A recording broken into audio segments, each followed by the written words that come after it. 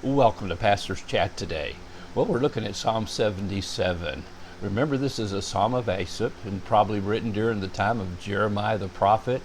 The Babylonians, the Chaldeans, had invaded Israel. They had destroyed the people, actually taken some into captivity, and left others in charge of the land, and with a promise that if you behave, we'll not tear down Jerusalem and destroy it. But they didn't behave, and so Nebuchadnezzar sends back his army, and this time he is going to destroy Jerusalem. And Jeremiah is prophesying and telling the people, you better surrender, otherwise you will die. And Asaph is one of the worship leaders. He's one who has been close to the Lord, and he is seeing all this devastation take place and pending judgment about to fall. And he is struggling. And you see in the first verses of Psalm 77, when he writes this psalm, I cried to the Lord with my voice, to the Lord with my voice. And I want you to notice in these first verses, 9 verses, that the word I and my is over and again. He's in despair in his own heart. It's in the darkness of night. Remember, questions in the night he was going to ask. In the day of my trouble, verse 2, I sought the Lord. My hand was stretched out in the night. My soul refused to be comforted. I remembered God and was troubled as he thought about God's judgments and that were pending, that were coming. I complained. My spirit was overwhelmed. Selah. Verse 4, you hold my eyelids open. I'm so troubled I cannot speak. And so you see him in the middle of the night. He's just overawed and even silenced, thinking, I can't sleep. I have considered the days of old. I call to remembrance my song in the night.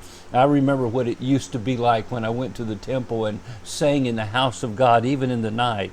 And my spirit made diligent search. And then he asked those questions that we talked about yesterday. Will the Lord cast off forever? Will he be favorable no more? Has his mercy ceased forever? Has his promise failed forevermore? Has God forgotten to be gracious? Has he in anger shut up his tender mercy? Selah. And so he is saying, oh God, where are you? I'm crying out to you. I need help. I don't understand. Please help us, oh God. And then in verse 10, something happens. And I said, so finally he comes to this conclusion. This is my anguish. Okay, that's the previous verses. This is my anguish. I can't sleep. I see judgment coming. I can't find any peace. But then he says, but I will remember the years of the right hand of the Most High. We see now Asa shakes like the nape of his neck and says, I can't stay in this mood. I love what Oswald Chambers says. Sometimes when you get in a mood, you don't pray about getting rid of the mood. He said you just take yourself by the nape of the neck and shake it off. Shake it off. Get out of that mood. And you can. And that's what Asaph did here. I will remember the years of the right hand of the Most High. I will remember the works of the Lord. Surely I will remember your wonders of old. I will also meditate on all your work and talk of all your deeds.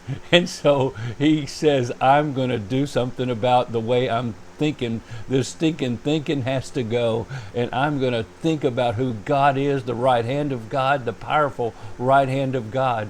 You know, remember, he's living in the time of Jeremiah. Jeremiah was being persecuted because of his message. He was being thrown into the miry pits and cisterns and prison, and he was being maligned and lied about and slandered.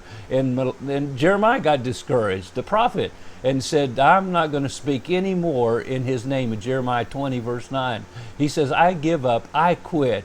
But then he said, but his word was in my heart like a burning fire shut up within my bones, and I was weary with forbearing, and I could not quit.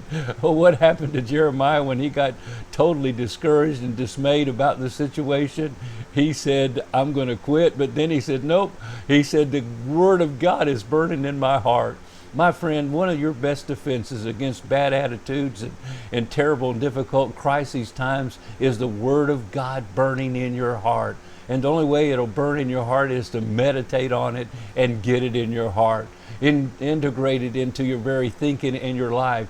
And I'm telling you, all that dismal thinking will flee. And I mean, the decision you make to say, I will remember God, I will remember who my God is, everything will change, and His Word will come to life inside of you, burning in your heart to bring you back to your relationship with Him. And I trust today that's exactly what you will do as you trust Him. Well, God bless you, and you have a wonderful, wonderful day.